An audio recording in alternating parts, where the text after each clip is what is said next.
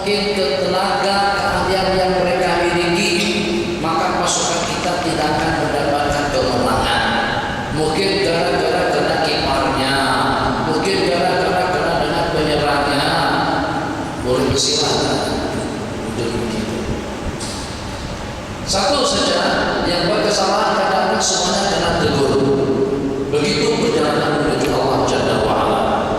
Gara-gara kena kiparnya sedang ber-SMS akhirnya kesebelasan, bukan kesebelasan, penyokong yang berpuluh-puluh ribu datang daripada Kelantan tentu merasa dikecewakan dengan pemain-pemainnya, macam juga dengan kesebelasannya. Gara-gara kena dengan satu ulasan daripada salah menteri pertahanan dari Indonesia, Datuk Najib gagalkan kunjungan untuk datang ke Jakarta. Betul, betul. Gara-gara karena salah satu daripada rakyat Malaysia komen negatif tentang Amerika, Obama tidak jadi datang ke Malaysia.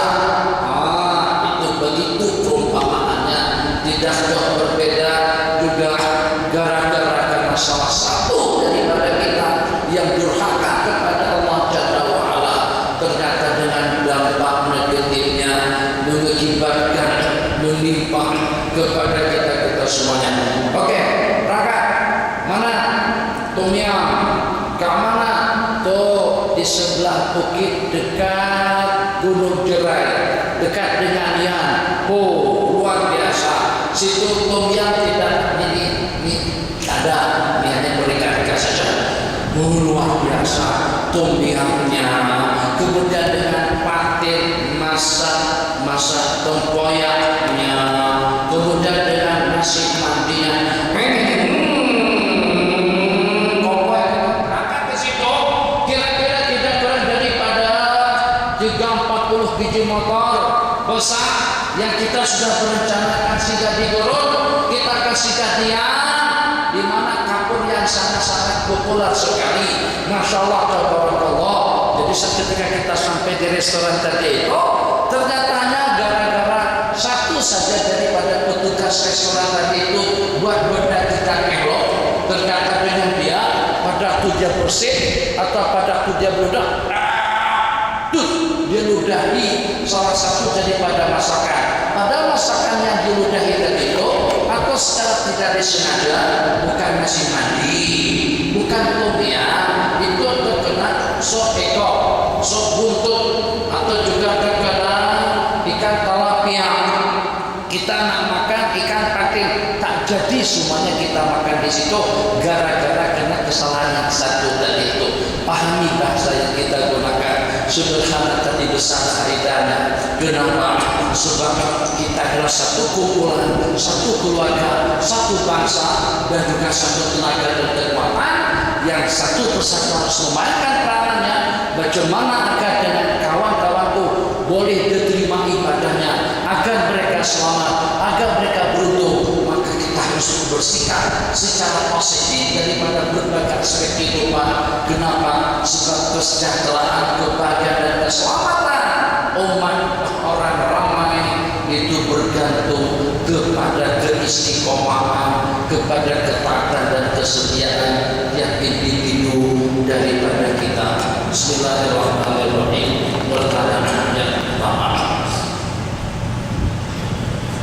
Assalamualaikum warahmatullahi wabarakatuh. Waalaikumsalam warahmatullahi wabarakatuh. Sejak belakangan ini ramai ilmuwan agama, terutamanya yang muda, banyak mempersoalkan kewibawaan ulama-ulama muktabar, terutamanya mazhab yang 4. Fenomena ini sedikit sebanyak telah mengelirukan masyarakat awam. Mohon penjelasan dan pencerahan daripada Tuan Guru. Jadi orang-orang yang lemah fisiknya, yang lemah iman dan yakinnya, yang lemah akidah dan pemikirannya, yang lemah keilmuannya, itu kalau pada itu dengan seumpama mereka itu menghantam dan memusuhi orang-orang yang seumpama mereka itu tidak akan dilihat.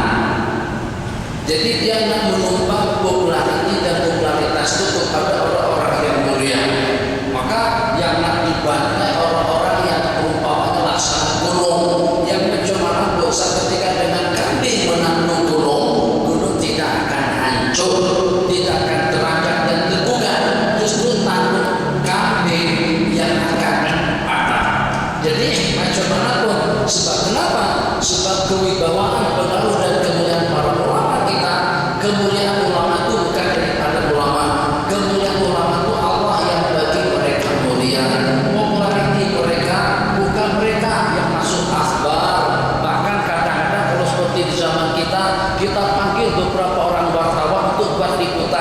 supaya dengan kita menjadi syekhul Islam, supaya kita menjadi guru besar. Jadi kita minta kepada orang-orang yang buat spanduk dana atau spanduk, nah kita minta untuk letakkan nama kita dengan gelaran yang besar di situ, Tuan Syekh Al-Alim Al-Alama Al-Arif Billah. Itu kita yang mencari-cari gelar semacam itu. Sementara dengan mereka tidak demikian.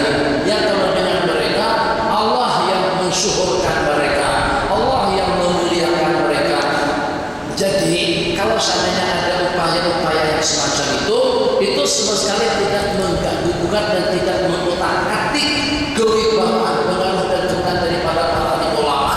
Justru kalau memang mereka bukan hebat, kalau memang mereka bukan ulama-ulama yang hebat, kalau mereka bukan ulama-ulama yang mulia, yang mempunyai kedudukan tinggi di sisi Allah, tentu mereka tidak akan dimusuhi. Jadi perumpamaan lebih kurangnya, kalau seakan pemain jus di kampungan saja, kita tidak perlu mencabar dia. Ya, kalau kita mencabar Hokoge, Andre, Martir, atau juga dengan nama-nama yang sudah Masya Allah Tabarakallah. Apakah dengan Superman Tyson misalnya mencabar salah seorang daripada pemain tinju daripada Malaysia atau daripada Indonesia? Rugi. Untuk apa panggil wartawan buat liputan yang dicabar tidak lebih daripada seorang pemain daripada Indonesia? Tapi seketika dengan Tyson dari itu mencabar siapa sebelumnya? Muhammad Ali Kelai. Dia mencabar orang yang hebat. Jadi semacam itu juga perumpamaannya yang dengan orang-orang yang kerdil tadi itu, satu ketika disebabkan karena dengan kekerdilannya, disebabkan karena dengan iman dan keyakinannya yang lemah, keilmuan yang lemah, yang sehingga menghabiskan waktu untuk merendahkan, menghina, memandang sinis ulama-ulama kita yang mulia di sisi Allah Subhanahu wa Ta'ala. Kenapa?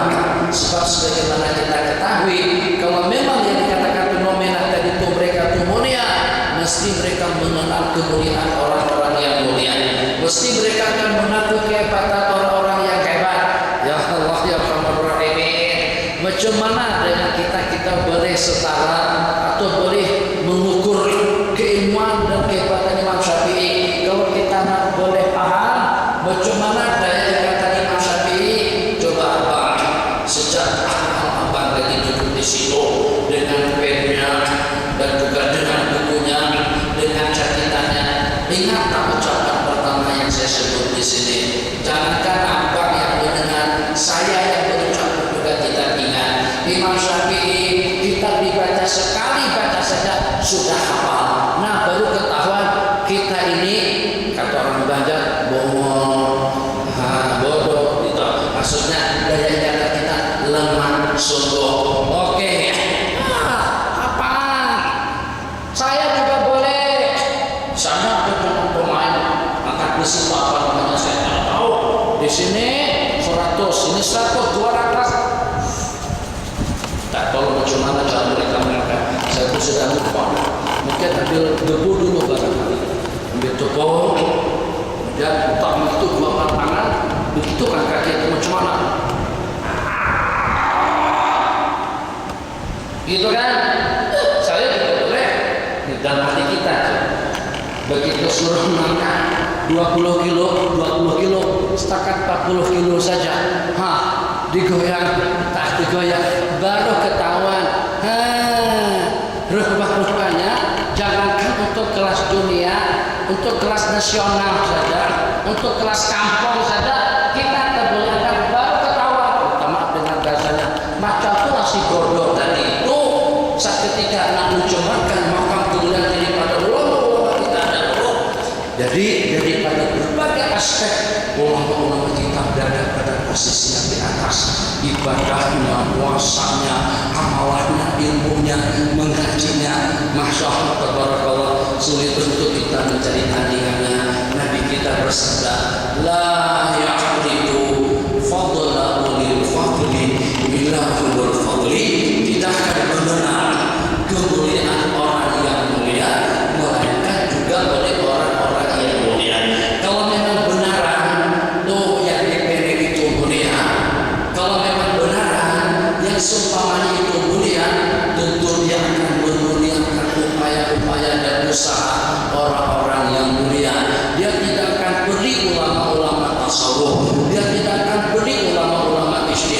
Kenapa salafi memperli? Sebab salafi itu tak tahu diri.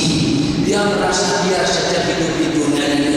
Mereka sedang merasa berkebolehan, boleh membaca, boleh memahami, boleh mencerna, boleh menyampaikan, tapi tidak pernah tahu cuma lagi daripada ulama kita. Imam Syafi'i itu dikatakan seperti apa? Kalau beliau berbicara dalam bidang apa saja, orang yang melihat beliau berbicara tentang hadis, ini pasti dan pasti memang betul-betul pakar spesialis dalam bidang hadis. Nanti kalau pada berbicara tentang fikih, ini pasti dan pasti pakar spesialis dalam bidang fikih. Kalau pada berbicara tentang bahasa, mesti semuanya mengatakan ini betul-betul pakar spesialis dalam bidang bahasa. Kenapa? Sebab karena beliau menguasai semua disiplin ilmu pengetahuan yang memberi mereka tadi itu. Kalau seandainya dengan salah daripada mereka tak payah dengan seumpama Imam Ahmad, tidak payah dengan seumpama Imam Ghazali, Imam Nawawi, Imam Suyuti, Ibnu Hajar Al-Asqalani. Cukup dengan salah ulama yang mungkin semasa dengan kita. Misalnya saya tampilkan dengan seumpama Syekh Mutawalli Sya'rawi saja. Dia sudah belum tentu layak untuk menjadi murid kepada beliau. Qurannya di sini, tafsirnya di sini, bahasanya di sini, tasawufnya di sini, lulucunnya di sini, membuat suasana majlis tidak membuat orang jadi jemu. Kenapa? Sebab keilmuan yang beliau miliki itu mampu untuk menghibur dan juga mampu untuk merubuk, menambahkan khazanah keilmuan para hadirin yang hadir. Jadi yang lucunya ada, tasawufnya ada, fikihnya ada, baik di kalangan orang-orang kerajaan atau juga di kalangan para ahli ulama, boleh menyerap dan mendapatkan maklumat yang disampaikan oleh beliau. Tapi pada saat dengan sesuatu itu membagi kota dengan ilmu pengetahuan yang dia miliki, dia merasa dia saja yang boleh, sehingga dengan pandangan sinis dan memandang hina dan kurang itu kepada orang lain. Kalau memang betul-betul mulia di sisi Allah, tentu akan memuliakan orang-orang yang mulia. Nah, jadi secara lebih kurangnya saja macam ini. Kalau saya ini presiden Pak, atau apa pernah tengok Jokowi ya? Pernah tengok? Kalau saya Jokowi itu pakaian orang kampung, terus datang ke kampung apa takkan hormati Jokowi. Kenapa? Kenapa Pak kena Jokowi? Begitu apa kena TNI tentara Indonesia, polisnya, tentaranya, brimob, semuanya kekuatannya ternyata tujuh ke Jokowi. Oh, iya Pak. Wah, kenapa hormat? Lalu tahun itu rupanya jenderal. Tapi seketika dengan jenderal tadi itu masuk kampung, tak ada pingat-pingat di sini, atau juga dengan Tuan Sultan, ramai orang tidak kenal dengan Tuan Sultan yang di Pertuan Agung di Malaysia sekarang ini. Katakan saja kalau belum mengadakan lawatan ke kampung saya namanya Amontai. Jadi orang Amontai bahasa sana cuek-cuek saja. Takkan sanjung, takkan puji, takkan memberikan penghormatan yang berlebihan daripada masyarakat setempat. Kenapa? Karena tidak kenal. Macam itu juga dengan apa yang disebutkan tadi itu geram betul. Rasanya.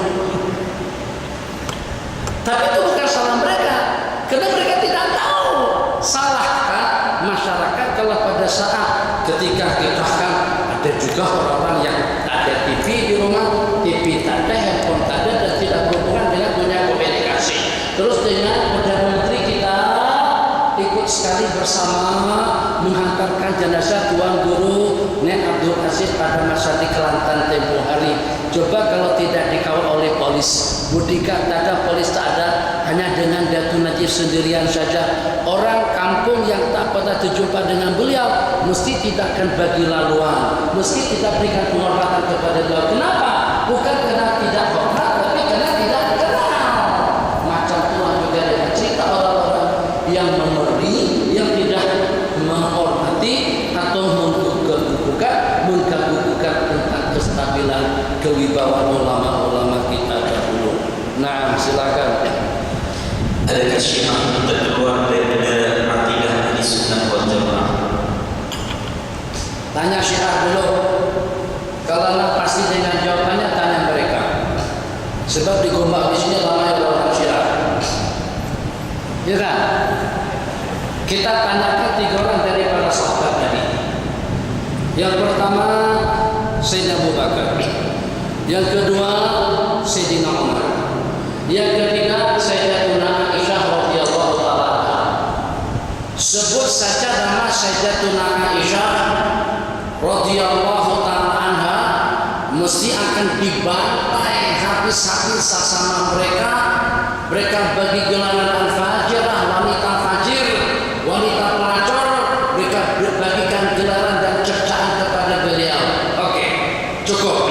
Kita telah tahu tentang bagaimana orang tua beliau Sayyidina Abu Bakar bin Siddiq radhiyallahu taala anhu itu jahat, itu bertipu, itu berampas kekuasaan, yang itu zalim, yang itu kafir. Jadi kata salah seorang daripada mereka itu dengan tidak diragukan lagi dia memang daripada kuah-kuah Syiah. Jadi sorbannya, jubahnya, pakaiannya, background daripada tempat itu penuh dengan kita. Apa kata dia? Sudah saya sebutkan pada beberapa yang lalu.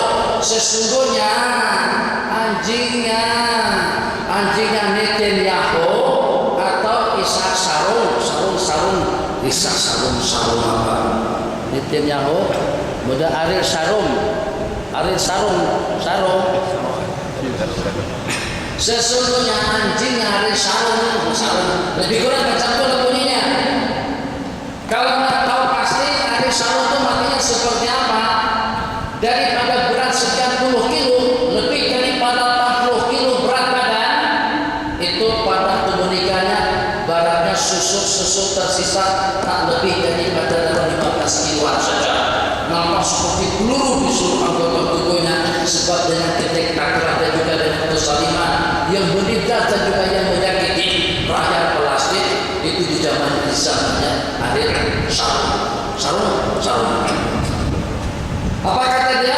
Kata si Syi'i tadi itu, sesungguhnya anjingnya, bukan Ariel Sharonnya, anjingnya Ariel Sharon itu 1000 kali ganda lebih baik daripada Abu Bakar dan Umar. Oke, itu menurut mereka. Cukup sebut 2, satu Sayyidina Abu Bakar yang menurut kita umat Islam ahli sunnah wal jamaah semulia-mulia manusia di permukaan bumi ini sejak baginda Rasulullah sampai pada hari kiamat nanti, yang paling afdal setelah Rasulullah adalah Sayyidina Abu Bakar bin Siddiq radhiyallahu taala. Al-Quran menyatakan, dijelaskan di dalam Al-Quran, idh yaqulu li sahibihi la tahzan. Seketika Nabi kita bersabda, berkata kepada sahabatnya. Siapa yang dimaksud dengan sahabat di situ? Sayyidina Abu Bakar. Fakta sejarah yang menemani Nabi kita hijrah ke Madinah itu adalah Sayyidina Abu Bakar bin Siddiq radhiyallahu taala anhu. Al-Quran mengatakan, la tahzan innallaha ma'ana. Jangan merasa sedih, bimbang dan risau, sebab Allah bersama kita. Kemudian yang kedua tentang Sayyidatuna Aisyah. Mereka tuduh Sayyidatuna Aisyah terbabit melakukan zina, terbabit melakukan fahisyah, terbabit melakukan perkara mungkar yang sama sekali tidak menunjukkan atas kebenaran salah seorang daripada istri baginda Rasulullah sallallahu alaihi wasallam. Setelah dengan tuduhan yang tersebar, seketika itu bahwasanya Sayyidatuna Aisyah dituduh melakukan hubungan dengan Sayyidina Safwan, Allah turunkan 16 ayat di dalam Al-Quran yang isinya membersihkan lembaran Sayyidatuna Aisyah daripada tuduhan mereka. Kalau Syiah masih tetap juga mencaci maki Sayyidatuna Aisyah, memperumpamakan yang bukan-bukan kepada Sayyidina Abu Bakar dan Umar, berarti mereka itu kafir. Syiah manusia Indonesia tidak berbeda.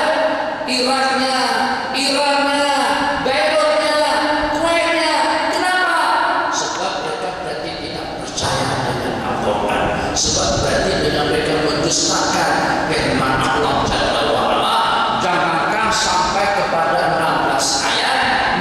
mendustakan satu huruf saja daripada Al-Quranul Karim, manusia itu akan menjadi murtad. Itu jawaban kilat untuk pertanyaan yang tadi itu. Jadi itu secara pasti Syiah memang mencerca, mencaci, membuli, memandang sinis, menyumpahin Sayyidina Abu Bakar bin Siddiq, Sayyidatuna Aisyah, Sayyidina Umar, dan juga dengan para sahabat Nabi kita lainnya yang satu persatu daripada mereka ini atau juga secara kumpulan telah mendapatkan sanjungan dan pujian daripada Allah yang dinyatakan di dalam beberapa ayat suci Al-Quranul Karim. Kalau sudah tidak percaya dengan Al-Quran, berarti kafir, keluar daripada agama. 10 menit. Saya ingin bertanya, jika berlakunya hari kiamat tapi kita tidak habis lagi membayar hutang, Tapi kita belum habis membayar hutang, contohnya hutang bank, hutang rumah dan pelajaran, apakah hukumnya dan apa kita perlu buat? bayar hari kiamat. Tahapnya lagi, itulah loan itu terlalu panjang. Kalau nak pinjam itu 2 tahun, 3 tahun, itu loan kereta yang sampai 9 tahun itu terlalu lama. Jadi, Masya Allah, kalau kita itu hitunglah umur kita. Loan rumah kadang-kadang sampai 20 tahun, 30 tahun, 40 tahun. Sedangkan usia kita berarti dalam 15 tahun saja lagi. Jadi bagaimana kita membayar cicilannya atau angsurannya? Apakah akan kita sambung bayarannya nanti setelah kita nanti? Tengok, pastikan pada masa kita dapat pinjaman. Pastikan pada waktu kita dapat pinjaman daripada bank, dapat pinjaman daripada individu, dapat pinjaman daripada seseorang. Bagaimana niat kita pada waktu kita meminjam? Kalau pada saat ketika itu yang diniatkan nak memperangkap seseorang saja, kalau niatnya pada saat ketika itu tidak lebih daripada untuk mendapatkan pinjaman, tapi tidak ada usaha dan upaya untuk menjelaskan dan juga untuk melunasinya. Kalau sampai tidak terlunasi, memang hutang itu tidak akan lunas, akan bermasalah orang yang bergerak itu nanti pada hari kiamat. Tapi kalau seandainya seketika dia pinjam duit, niatnya akan mengembalikan uang itu secukupnya, dia akan membayar hutang-hutangnya secara cukup, tepat pada waktu yang dijanjikan. Kalau ada janjian waktu, kalau Allah takdirkan usianya pendek, sehingga hutang itu sampai terbawa mati, itu akan dibayarkan. Adahullahu anhu, Allah akan membayarkan untuk dia. Itu yang diriwayatkan di dalam hadis. Orang yang meminjam duit, yang berutang, niatnya tak nak bayar, sejak daripada waktu menerima duit itu dia sebagai pencuri. Orang yang meminjam duit, yang berutang, niatnya nak jelaskan hutangnya tepat waktu sesuai dengan perjanjian. Kalau seandainya tidak terbayar habis, terus berlaku hari kiamat, maka ya iman nanti akan dibayarkan oleh Allah Jalla wa'ala. Sehingga dengan orang yang memberikan pinjaman tadi itu tidak akan menuntut, ataupun juga nanti dengan Allah bagi habuan kepada orang yang memberikan pinjaman kepadanya. Cek, tengok tuh, apa tuh? Itu jaguar, tapi buatan Rabbani, bukan Eropa, bukan Europe. Jaguar itu bukan Itali, Ferrari itu bukan punyanya Itali. Ini buatan ciptaan Allah Jalla wa'ala. Cantik sungguh. Oh ya Allah, itu berapa harganya? Jadi Allah berfirman, dunia dengan isi-isinya belum boleh untuk membeli seindah kereta yang aku ciptakan itu.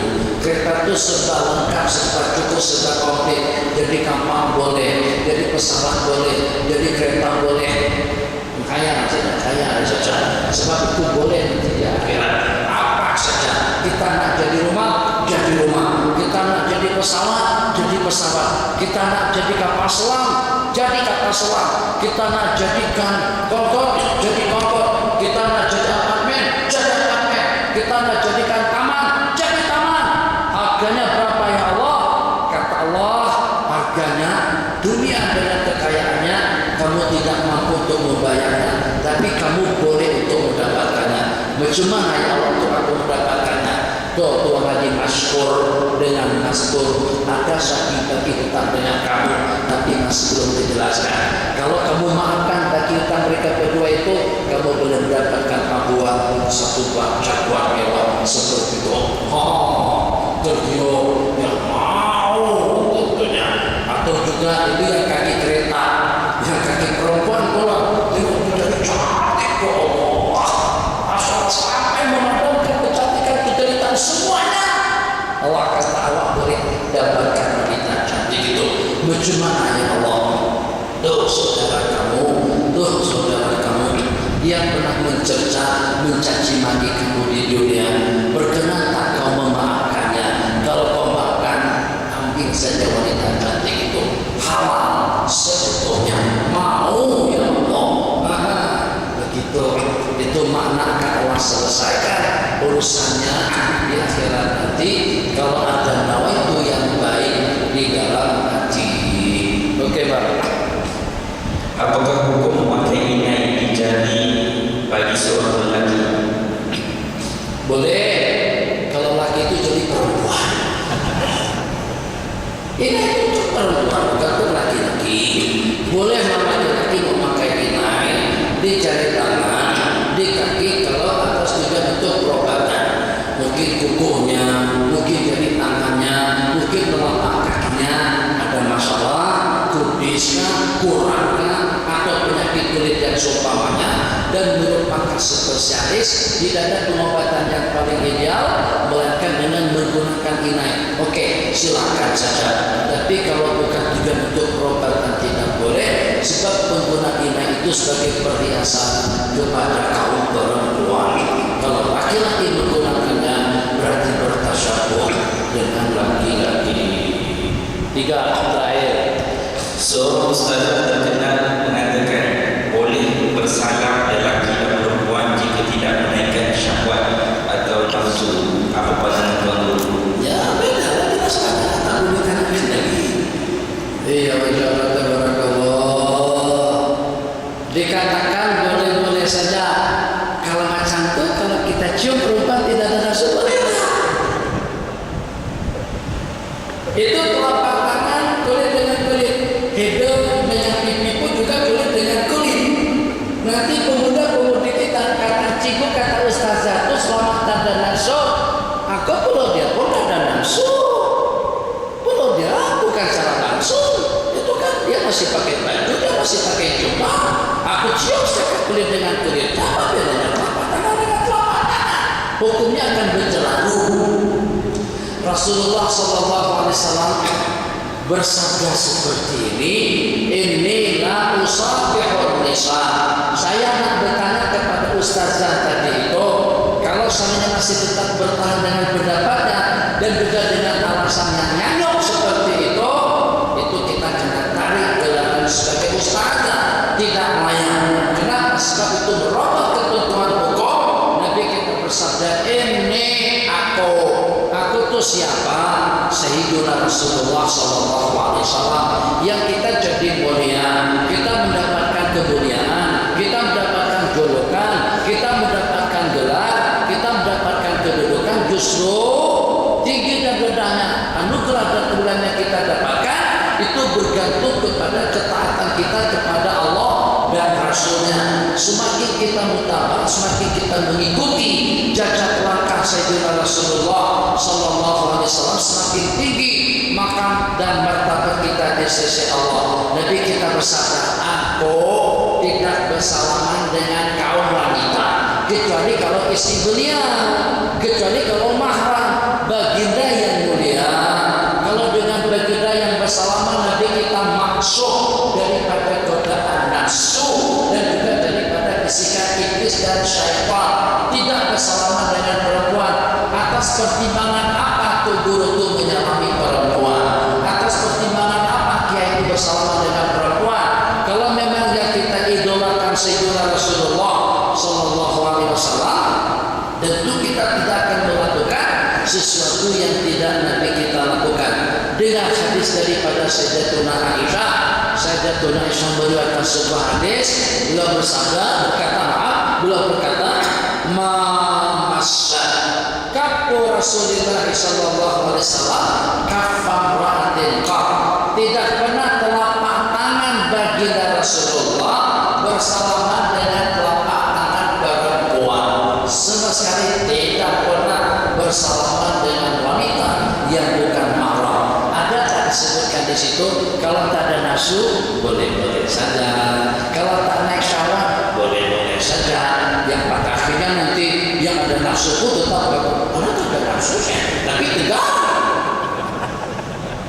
Hukum itu bicara dan tahu nafsu itu kata ulama tidak mutlak harus sampai naik nafsu sampai tegang. Yang seketika kita terasa seronok, yang seketika mata kita terasa puas, yang seketika dengan kita merasa nikmat, itu juga dikatakan syahwat, itu juga dikatakan nafsu. Kesimpulannya suatu pandangan dan juga suatu pendirian, suatu fatwa atau juga penjelasan yang mengelirukan. Kalau seandainya ada yang memfatwakan bahwasanya bersalaman dengan yang selain jenis kalau tidak ada nafsu itu tidak mengapa. Ada yang semacam itu mirip-miripnya seperti apa? Miripnya seperti ini.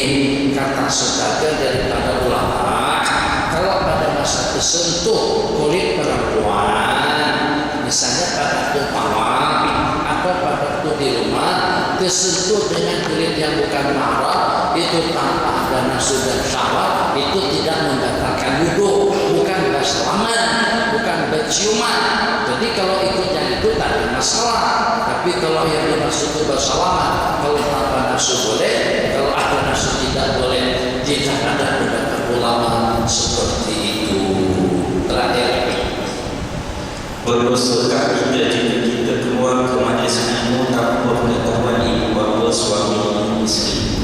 berdosakah Kita jika kita keluar ke majlis ilmu tanpa pengetahuan ataupun tanpa meminta izin ibu bapa suami isteri? Jadi kalau seandainya ilmu yang kita tuntut dan ilmu yang kita pelajari itu daripada bidang-bidang yang memang wajib untuk kita mempelajarinya, maka kalau pada waktu kita dihalang pun tetap pihak yang menghalang tidak boleh menghalang. Jadi kalau kata suami, awak jangan sembahyang, tetap tidak boleh meninggalkan sembahyang. Kamu jangan puasa, tetap dia wajib puasa. Apa pula?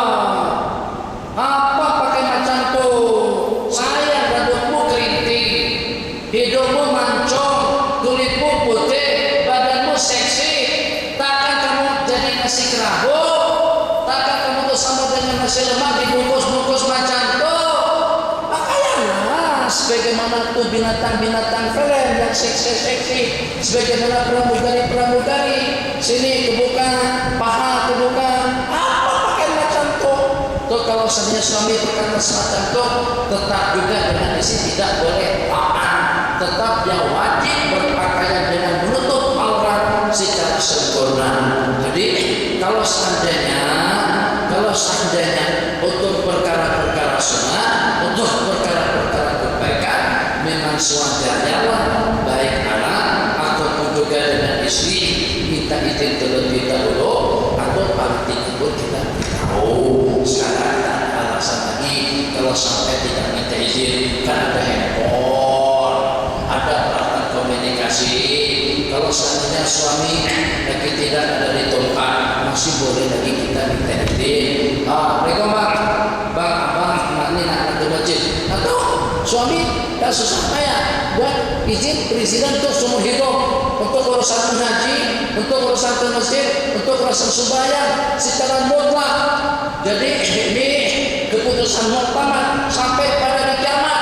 Aku bagikan izin kepada kamu, kecuali kalau dalam keadaan darurat. Sudah selesai. Jadi senang istri tak pergi ke sana kemari, tak harus menunggu izin daripada kita. Takkan kita bagi dia pergi ke tempat rekreasi, pergi ke sana kemari, dan kita izinkan istri untuk pergi ke masjid, dan juga untuk melaksanakan sumbangan berjamaah. Kita simpulkan kalau suami melarang memang tidak boleh. Tapi bagaimana kalau seandainya kita belum sempat minta izin, agak-agaknya macam mana? Kalau seandainya suami tahu kira-kira kita diizinkan atau tidak, kalau kita beranggapan oke saja dengan suami, boleh dengan kita ke masjid, boleh dengan kita ke majelis ilmu tanpa izin daripada mereka. Subhanallah wa bihamdika, asyhadu an la ilaha illa anta, astaghfiruka wa atubu ilaik. Rabbana atina fid dunya hasanah wa fil akhirati hasanah wa qina adzabannar. Amin. Alhamdulillah.